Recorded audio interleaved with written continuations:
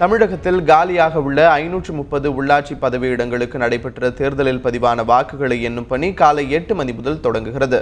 இது தொடர்பான கூடுதல் தகவல்களை நமது சென்னை செய்தியாளர் ராஜா, தூத்துக்குடி செய்தியாளர் ராமச்சந்திரன் மற்றும் கோவை செய்தியாளர் நேசராஜ் ஆகியோரிடம் கேட்போம். 3 பேருமே நம்மிடையே நேரடி தொடர்பில் இருக்கிறார்கள். முதலில் சென்னை செய்தியாளர் ராஜாவிடம் பேசலாம். ராஜா, இன்னைக்கு உள்ளாட்சி இடைத்தேர்தலில் பதிவான வாக்குகள் எத்தனை மையங்களில் எண்ணப்பட இருக்கு? வாக்கு எண்ணிக்கைக்கு செய்யப்பட்டுள்ள சிறப்பு ஏற்பாடுகள் என்ன? பாதுகாப்பு ஏற்பாடுகள் பற்றி சொல்லுங்க ராஜா. அதாவது கோவை, தூத்துக்குடி 2 மாநகராட்சி மேயர்களுக்கான தேர்தல், அதே போன்று 4 நகராட்சிகள் அரக்கோணம், ராமநாதபுரம், விருத்தாச்சலம், கடலூர் உள்ளிட்ட மொத்தம் 530 இடங்களுக்கான தேர்தல் கடந்த 18ஆம் தேதி நடைபெற்று முடிந்தது. அதற்கான வாக்கு எண்ணிக்கை இன்னும் 1 மணி நேரத்தில், அதாவது சரியாக இன்று காலை 8 மணிக்கு மொத்தமாக 307 மையங்களில் துவங்க இருக்கிறது. இந்த வாக்கு எண்ணிக்கைக்காக 3 அடுக்கு பாதுகாப்பு ஏற்பாடுகள் செய்யப்பட்டிருக்கின்றன. நாம் சென்னையில் இருக்கக்கூடிய அந்த 35வது வார்டில் நடைபெற்ற இடைத்தேர்தலுக்கான வாக்கு எண்ணும் மையத்தில் இருக்கிறோம். அந்த பகுதியில் முழுவதுமாக போலீசார், அதாவது இங்கு 500 போலீசார் பாதுகாப்பு பணியில் ஈடுபடுத்தப்படுவார்கள் என்று தெரிவித்திருந்தார்கள். அதன்படி ஏராளமான போலீசார் இன்று காலை முதலே அந்த இடத்தில் பாதுகாப்பு பணியில் ஈடுபடுத்தப்பட்டிருக்கிறார்கள். அது மட்டுமல்லாமல் அந்த தேர்தல் முடிவை தெரிந்து கொள்வதற்காக அரசியல் கட்சியை சார்ந்தவர்களும் அந்த வாக்கு எண்ணும் மையத்திற்கு தற்பொழுது வந்திருக்கிறார்கள். அதாவது 18ஆம் தேதி நடைபெற்ற தேர்தலில் வாக்கு சதவீதம் என்று பார்த்தோம்னால் கோவை மாநகராட்சியில் 44.59%, அதே போன்று தூத்துக்குடியில் 53.89% பதிவாகி இருக்கிறது.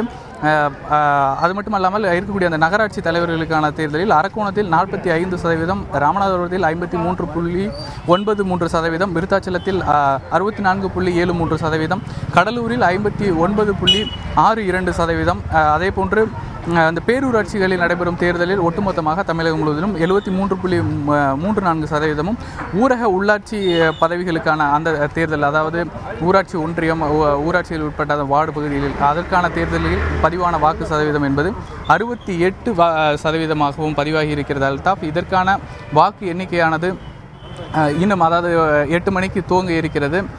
ஏற்கனவே தமிழ்நாடு தேர்தல் ஆணையம், அதாவது அங்கீகார அடையாள அட்டை உள்ளவர்களுக்கு மட்டுமே உள்ளே, அதாவது வாக்கு எண்ணும் மையத்திற்குள் அனுமதி என்று தெரிவித்திருந்தது. அதன்படி போலீசார் செல்பவர்கள் அனைவருக்குமே இன்று காலை முதலே அந்த வாக்கு எண்ணிக்கை மையத்திற்கு வரக்கூடியவர்கள், அதாவது அந்த அங்கு பணியில் ஈடுபடக்கூடிய ஊழியர்கள் உட்பட அனைவருமே சோதனைக்கு பிறகாகவே உள்ளே அனுப்பி வருகிறார்கள்.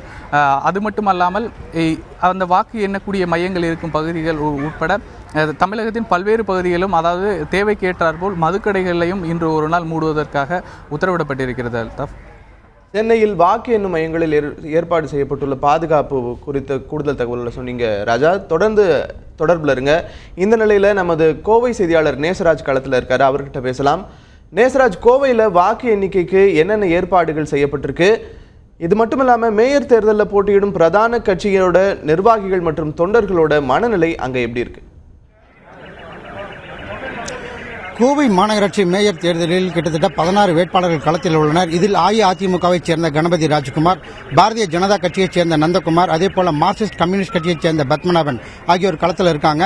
இதில் குறிப்பாக 1226 வாக்குச்சாவடிகளிலும் 18ஆம் தேதி வாக்குப்பதிவு நடைபெற்றது. இதில் குறிப்பாக அந்த வாக்குப்பதிவு இயந்திரங்களை கோவை அரசினர் தொழில்நுட்ப கல்லூரியில் வைத்து பாதுகாக்கப்பட்டு வருகிறது. இன்று காலை சரியாக 8 மணிக்கு கோவை மாவட்ட ஆட்சியர் அர்ச்சனா பட்நாயக் மற்றும் கோவை மாநகராட்சி ஆணையாளர் கணேஷ் அவர்கள் தலைமையில் இந்த வாக்கு இயந்திரங்கள் வைத்துள்ள அறையில் இருந்து வாக்கு இயந்திரங்களை எடுத்து வாக்கு எண்ணிக்கை தொடங்கும் என தெரிவித்துள்ளனர். அதே போல இன்று காலை 8 மணிக்கு இந்த வாக்கு எண்ணிக்கை தொடங்குவதில் கிட்டத்தட்ட 700க்கும் மேற்பட்ட அரசு அலுவலர்கள் நியமிக்கப்பட்டுள்ளனர். அதே போல கோவை அரசினர் தொழில்நுட்ப கல்லூரியில் கிட்டத்தட்ட 1000க்கும் மேற்பட்ட போலீசார் குவிக்கப்பட்டு பாதுகாப்பு பணியில் ஈடுபடுத்தப்பட்டுள்ளனர். அதே போல அரசு அலுவலர்கள் செல்போன் உள்ளே கொண்டு செல்லக்கூடாது என போலீசார் தெரிவித்துள்ளனர். தற்போது நாம் கோவை அரசினர் தொழில்நுட்ப கல்லூரியில் நின்று கொண்டிருக்கிறோம். இங்க பாத்தீங்கன்னா ஒவ்வொரு அரசு அலுவலர்களும் எந்த செல்போனும் கொண்டு போகக்கூடாது அப்படின்னு சோதனை செஞ்சுட்டு வர்றாங்க. குறிப்பாக இந்த வாக்கு எண்ணிக்கையின் போது பரபரப்பான சூழ்நிலை நிலவி வருகிறது. இதுல குறிப்பாக பிஜேபி கட்சியினர் கூறும்போது அதிமுகவை குறை கூறுவதும், அதே போல அதிமுக பிஜேபியை குறை கூறுவதும் இருக்கிறது.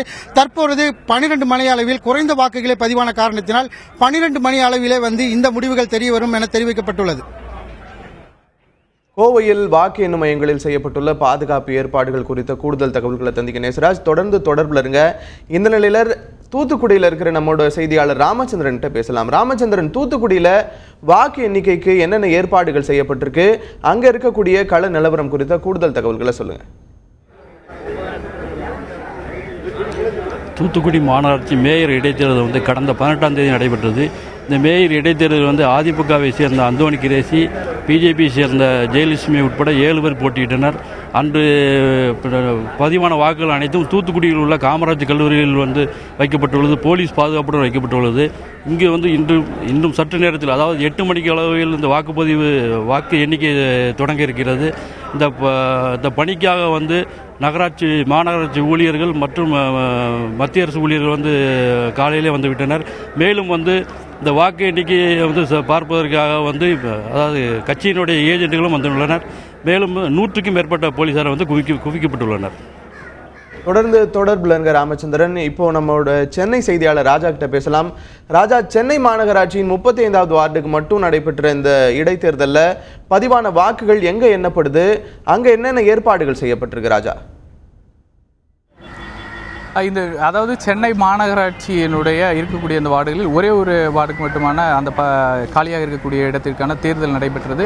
இதற்கான வாக்கு எண்ணிக்கையானது வியாசர்பாடி சர்மா நகர் இருக்கக்கூடிய உயர்நிலைப் பள்ளியில் துவங்க இருக்கிறது. அதாவது 8 மணிக்கு துவங்க இருக்கிறது. ஏற்கனவே இந்த வார்டில் அதாவது இந்த வார்டு என்பது பதட்டமான ஒன்றாக தேர்தல் ஆணையம் அறிவித்திருந்தது. அதன்படி இங்கு கூடுதல் பாதுகாப்பு ஏற்பாடுகளும் செய்யப்பட்டிருக்கிறது. தொடர்ந்து இங்கு அதாவது நடைபெற்றதில் 5 வேட்பாளர்கள் போட்டியிட்டார்கள் அதிமுக சார்பாக. அதே போன்று பாஜக, மார்க்சிஸ்ட் கம்யூனிஸ்ட் கட்சி, SDPI, ஒரு சுயேட்சை உட்பட 5 பேர் போட்டியிட்டார்கள். இதில் பதிவான வாக்கு சதவீதம் என்று பார்த்தோமேனால் 45% மட்டுமே பதிவாகியிருக்கிறது. மொத்தமாக ஆண்கள் 12,696 பேரும், பெண்கள் 10,615 பேர் என 23,311 பேர் மட்டுமே வாக்களித்திருந்தார்கள். ஏற்கனவே பிரதான கட்சிகளான திமுக மற்றும் தேமுதிக, அதே போன்று மதிமுக உட்பட பல்வேறு கட்சிகளும் வந்து இந்த தேர்தலை புறக்கணித்திருந்தார்கள். பாமக உட்பட ஒரு அதாவது திமுக உள்ளிட்ட அந்த முக்கியமான கட்சிகள் இதை புறக்கணித்திருந்ததால் பல்வேறு இடங்களிலும் குறைவான வாக்கு சதவீதமே பதிவாகி இருந்தது. அதே போன்ற ஒரு சூழ்நிலை தான் இந்த 35வது வார்டிலும் மொத்தமாகவே 45% மட்டுமே பதிவாகி இருக்கிறது. இதற்கான வாக்கு எண்ணிக்கை இன்னும் அதாவது 8 மணி அளவில் துவங்க இருக்கிறது. இதற்காக பாதுகாப்பு ஏற்பாடுகளும் இங்கு விரிவாக செய்யப்பட்டிருக்கின்றன. மொத்தம் 12 சுற்றுகளாக இந்த வாக்கு எண்ணிக்கையானது நடைபெற இருக்கிறது. அது மட்டுமல்லாமல் மொத்தமே 5 வேட்பாளர்கள் தான் என்பதால் குறைந்த எண்ணிக்கையிலான மின்னணு வாக்குப்பதிவு இயந்திரமே பயன்படுத்தப்பட்டிருப்பதாலும் ஒரு சில மணி நேரங்களிலேயே இதற்கான முடிவுகளும் தெரிந்துவிடும் என எதிர்பார்க்கப்படுகிறது. அல்தாஃப், சென்னையில் 35வது வார்டுக்கு நடைபெற்ற இடைத்தேர்தலில் பதிவான வாக்குகளை எண்ணும் பணிக்கு செய்யப்பட்டுள்ள ஏற்பாடுகள் குறித்து சொன்னீங்க ராஜா. தொடர்ந்து நம்முடைய கோவை செய்தியாளர் நேசராஜ் கிட்ட கேட்கலாம். நேசராஜ், மேயர் தேர்தலில் வாக்கு எண்ணிக்கை முடிவுகள் எப்போ வர தொடங்கும், இறுதி முடிவு எப்போ வெளியாகும்னு சொல்லப்படுது? குறிப்பாக கோவை மாநகராட்சி மேயர் தேர்தலை பொறுத்தவரை காலை 8 மணிக்கு கோவை மாவட்ட ஆட்சியர் அர்ச்சனா பட்நாயக் மற்றும் கோவை மாநகராட்சி ஆணையாளர் கணேஷ் தலைமையில் வந்து அந்த வாக்கு இயந்திரங்கள் வைத்துள்ள இயந்திரங்களை எடுத்து இவங்க வந்து வாக்கு எண்ணிக்கை தொடங்குவர். இதில் குறிப்பாக ஒரு மேஜைக்கு 3 அலுவலர்கள் வீதம் நியமிக்கப்பட்டுள்ளனர். இதில் குறிப்பாக முதல் 12 மணி அளவில் வந்து இதற்கான முடிவுகள் தெரிய வரும் அப்படின்னு தெரிவிச்சிருக்காங்க. இதனால கோவை மாவட்டத்தில் கடந்த 18ஆம் தேதி 12,90,652 வாக்குகள் உள்ள கோவையில் வந்து தற்போது 6 லட்சம் வாக்குகளே பதிவாகியுள்ளன. இதுல வந்து குறிப்பாக 46.51% மட்டுமே வந்து வாக்குப்பதிவு பதிவாகியுள்ளது. இதனால வந்து கூடிய விரைவில் 12 மணி அளவில் வந்து கோவை மாநகராட்சி மேயர் யார் என்பதை தெரிந்துவிடும். அதே போல தற்பொழுது கோவை அரசினர் கலைக்கல்லூரியில் பூத் ஏஜென்ட்டுகள் மற்றும் அரசு அலுவலர்கள், போலீசார் குவிக்கப்பட்டு பாதுகாப்பு பணி பலப்படுத்தப்பட்டுள்ளது. நேசராஜ், கோவையிலிருந்து கள தகவல்களை சொன்னீங்க. இப்போ நம்மளுடைய தூத்துக்குடி செய்தியாளர் ராமச்சந்திரன் கேட்கலாம். ராமச்சந்திரன், மேயர் தேர்தல் முடிவுகளை எப்போ எதிர்பார்க்கலாம்? தூத்துக்குடியில் வாக்கு எண்ணும் மையங்களில் இருக்கக்கூடிய தொண்டர்களோட மனநிலை அங்கே எப்படி இருக்கு? அதாவது 18ஆம் தேதி நடைபெற்ற வாக்குப்பதிவை தொடர்ந்து இன்று வந்து தூத்துக்குடி காமராஜ் கல்லூரியில் வந்து வாக்கு எண்ணிக்கை நடைபெற போகிறது. இதில் வந்து அதிமுகவினர் அதிக உற்சாகத்துடனே வந்துள்ளனர். பிஜேபியினரும் உற்சாகத்தில் இருந்தாலும் வந்து அவர்களுடைய ஒரு மனக்கலக்கத்துடைய வந்துள்ளனர். ஏன்னா அவர்களுக்கு வந்து ஓட்டு சதவீதம் குறைந்தாலும் இந்த எப்படியும் வெற்றி பெறுவோம் என்ற ஒரு நம்பிக்கையோடு அவர்கள் களத்தில் வந்துள்ளனர். இப்போ நம்மளுடைய சென்னை செய்தியாளர் ராஜா கிட்ட கேட்கலாம். ராஜா, இந்த உள்ளாட்சி தேர்தல் முடிவுகள் வெளியான பிறகு இது என்ன மாதிரியான தாக்கத்தை தமிழக அரசியலில் ஏற்படுத்தும்? ஏன்னா பிரதான கட்சிகள்லாம் இந்த இடைத்தேர்தலை புறக்கணித்திருக்கிற நிலையில இந்த தேர்தல் முடிவுகள் எந்த மாதிரியான தாக்கத்தை ஏற்படுத்தும் ராஜா? அல்தாஃப், அதாவது ஏற்கனவே அதிமுகவானது ஆளுங்கட்சியாக இருக்கக்கூடிய அதிமுகவானது இந்த உள்ளாட்சி பதவியிடங்களில் காலியாக இருப்பதை முன்கூட்டியே அதனுடைய பதவியை பிடிப்பதில் முன்கூட்டியே அதனுடைய எண்ணிக்கையை ஆரம்பித்து விட்டது. நெல்லையில் அதற்கான மேயர் தேர்தலில் யார் போட்டி என்று அவர் தேர்ந்தெடுக்கப்பட்டார். நின்ற பாஜக வேட்பாளரும் அங்கிருந்து அதாவது தனது வேட்புமனுவை வாபஸ் பெற்றுக்கொண்டார். அதே போன்று புதுக்கோட்டை உள்ளிட்ட நகராட்சிகள் என பல்வேறு இடங்களிலும் அதிமுக அந்த பதவிகளை முன்கூட்டியே கைப்பற்றிவிட்டது என்றுதான் கூற வேண்டும். இந்த நிலையில் இந்த உள்ளாட்சி இடைத்தேர்தலில் அதிமுகவிற்கு அடுத்தபடியாக இருக்கக்கூடிய திமுக போட்டியிடவில்லை என்று தெரிவித்து விட்டார்கள். அதே போன்று சட்டமன்றத்தில் எதிர்க்கட்சியாக இருக்கக்கூடிய தேமுதிகவும் போட்டியிடவில்லை. அதே போன்று மதிமுக போட்டியிடவில்லை. அரக்கோணம் அதே போன்று அரக்கோணம் உள்ளிட்ட அந்த வட மாவட்டங்களில் அதிகமாக அதாவது வெற்றி பெறும் கூடிய நிலையில் இருக்கக்கூடிய கட்சியாக பார்க்கப்படக்கூடிய அந்த பாமகவும் கூட இந்த தேர்தலில் இருந்து விலகிவிட்டதால் ஒட்டுமொத்தமாக அது ஒரு ஆளுங்கட்சிக்கு சாதகமான ஒரு சூழ்நிலை ஏற்படுத்தும் சூழல் இருப்பதாகவே அரசியல் வல்லுநர்கள் கருதுகிறார்கள். அது மட்டுமல்லாமல் பாஜகவுக்கும் அதிமுகவிற்குமான நேரடி போட்டியாகவே இது இருக்கிறது. ஒரு சில இடங்களில் மார்க்சிஸ்ட் கம்யூனிஸ்ட் கட்சி அதே போன்று இந்த கம்யூனிஸ்ட் கட்சிகளுடைய போட்டியானது இருக்கிறது. மற்றபடி இந்த தேர்தலில் பெருவாரியாக யாருக்கு வெற்றி கிடைத்தாலும் அது ஒரு பெரிய அளவிலான அரசியல் தாக்கத்தை ஏற்படுத்தாது என்பதே அரசியல் வல்லுநர்களுடைய கருத்தாக இருக்கிறது. இதற்கு முன்பாக அதாவது இந்த தேர்தல் நடைபெறுவதற்கு முன்பாக நடந்த சில சம்பவங்கள் அதே போன்று பல்வேறு கட்சிகளை சார்ந்த அரசியல் தலைவர்கள் கொடுத்த அறிக்கைகள் என்பது ஒரு சில சமீட்சைகளை அதாவது வருங்காலங்களில் அரசியல் கூட்டணிகள் அதே போன்று ஒற்றை கருத்து உடைய யார் என்பது தொடர்பான சில அறிகுறிகள் தென்படும் விதமாக இருந்ததை தவிர அரசியலில் இது ஒரு பெரிய தாக்கத்தை ஏற்படுத்தாது என்பதே அந்த அரசியல் வல்லுநர்களுடைய கருத்தாக இருக்கிறது. குறிப்பாக உள்ளாட்சி தேர்தல்களில் பெருவாரியாக ஆளும் கட்சி கைப்பற்றி கடந்த சில தேர்தல்களில் ஆளும் கட்சி கைப்பற்றி வருகிறது. இந்த சூழ்நிலை இதில் நீடித்தாலும் கூட ஒரு பெரிய அளவிலான அதாவது முக்கியமான பிரதான எதிர்க்கட்சிகள் இல்லாத ஒரு சூழ்நிலையில் யாருக்கு பலம் அதிகம் என்று யூகிக்கும் அளவிற்கான ஒரு தேர்தல் முடிவாக இது இருக்காது என்பதும் ஒரு அரசியல் வல்லுநர்களுடைய கருத்தாக இருக்கிறது. அல்தாஃப், தமிழகத்தில் உள்ளாட்சி இடைத்தேர்தலில் பதிவான வாக்குகளை எண்ணும் பணி 8 மணிக்கு தொடங்க இருக்கிறது.